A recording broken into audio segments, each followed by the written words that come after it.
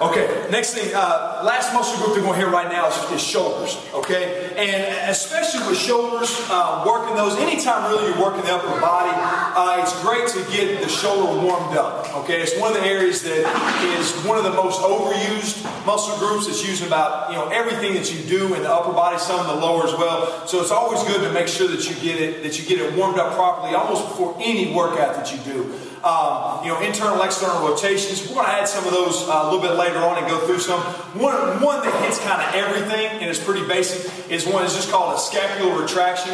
All you're going to do is you're going to start palms facing out. It's kind of a field goal position.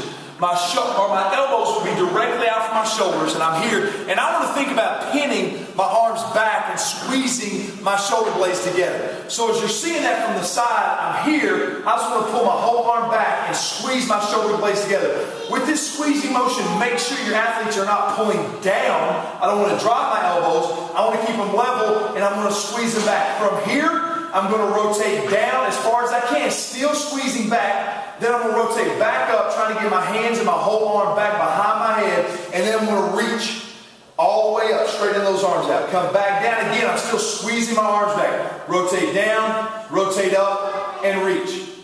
Rotate down, rotate up, and reach. And the entire time I'm squeezing and pinning my arms back. Okay? If you do those even without weight, do about 6 to 8 of those. Get your rotator cuff nice and loose, all 4 of the major muscles of the rotator cuff, and I'm telling you, they'll feel it. They'll be able, when they release, they'll be able to feel exactly what they work. Good way just to get the shoulders kind of warmed up before you get going. From there, again, staying kind of basic right now, just so we're hitting the major movements and the major muscle groups. We're just going to do a dumbbell shoulder press, core is tight. You can do these on a bench. You can do these with lighter weight on a physio ball, on a bench to incorporate core, but without the back support.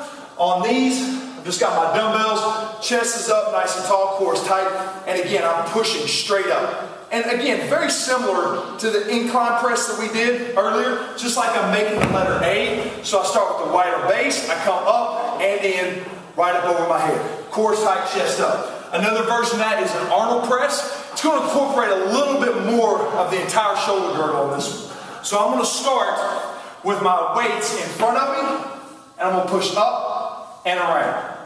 Back around to the front, up and around.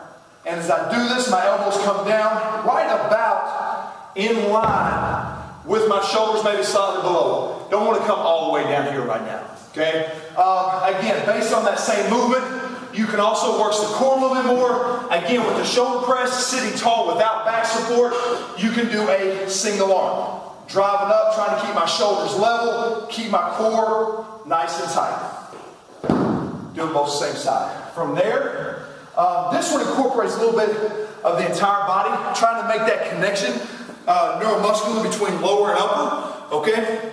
A little bit more of a pulling movement, still a lot in the hips, into the